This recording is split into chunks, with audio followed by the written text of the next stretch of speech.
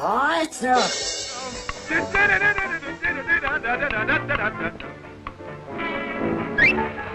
comes a time in which, after an inordinate amount of sleep deprivation, we come to believe that we're capable of manifesting an independent RPG with minimal effort and maximum passion in a furious night of coding blitz. Eventually, we tucker ourselves out, working off this excess mental energy, and this idea simply drifts away. However, some people sit down with, I'm assuming, water and a warm crush, and carefully push each voxel into place. Despite how easy it is to talk ourselves out of it, anyone really can, with enough time, just sit down on RPG Maker and hatch an RPG egg that can reach out and touch somebody. Imagine the entire internet scrolling by you, and with it is an eventual series of images and dialogue, so perfectly key to your own interest that it massages your synapses just right. Whether you were aware of it before, you will be after this, because Hylics is certainly going to be that game for at least a few of us. Released in 2015 alongside Bloodborne, and I'm sure some other things, Hylics is self-described as a recreational program with light JRPG elements. This holds accurately for the 3 hours and change runtime of the program, and the very meat and potatoes JRPG elements are plenty of fun within their own right. But I would say these gameplay elements are the least important thing to discuss when it comes to Hylics.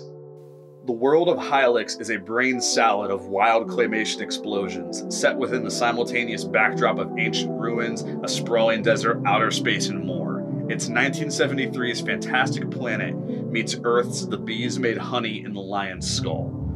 Our protagonist is Wayne, a man whose name reflects the moon phase, as you ambulate one of the best run cycles of all time through an increasingly interpretive background of morphine bric-a-brac, created and destroyed just as quickly as you can imagine, battling all types of bizarre freaks.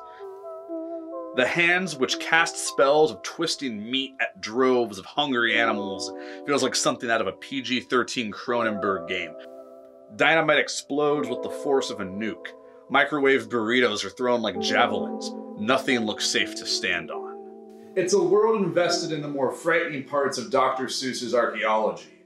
But you can't just sit in your melting house all day watching static on the television, even though that's probably what Wayne would want. There's a story to tell. The first thing you notice when you play Hylics is that the in-game dialogue you receive through every NPC, which in most RPGs is the driving force not just behind the story, but behind how you explore the game, is almost all copy-pasted ransom notes of text. This is because Hylics is not most games. In an interview, Mason Lindroth confirmed this is a design choice, and is quoted as saying, "Hylics has a familiar RPG structure, but instead of exposition, the game has semi-randomly generated text, and that the player's goals are communicated visually by the environment design, so I felt free to make the textual aspects of the game into a sort of joke or red herring. Everything else is there to present a certain atmosphere. Hit points are called flesh, mana is called will. Battles give you meat, which you exchange upon death for additional hit points. We gain new abilities from watching TV, and our weapons are microwave burritos and dynamite. You save the game by napping or taking a shower, where dialogue is useless, even from the narrator of the game. The world around you tells you where you need to go next or what you need to do. Hylics is a game that is completely material, a digital world that presents itself as malleable as the clay that originally constructs it, created and destroyed all in one breath, quite literally by your hands. Even in death, when we see Wayne's skin and musculature break down and melt off his crescent skull, he simply ends up in another layer of the physical world Hylics has previously established, with a fish telling you to build and destroy sandcastles on Death's Beach at your leisure. The game doesn't feel like a confirmation of the Gnostic worldview, but almost like a slap in the face and reaffirmation of the greatness of the Hylics, the unsung beauty of an entire world that is truly in front of you.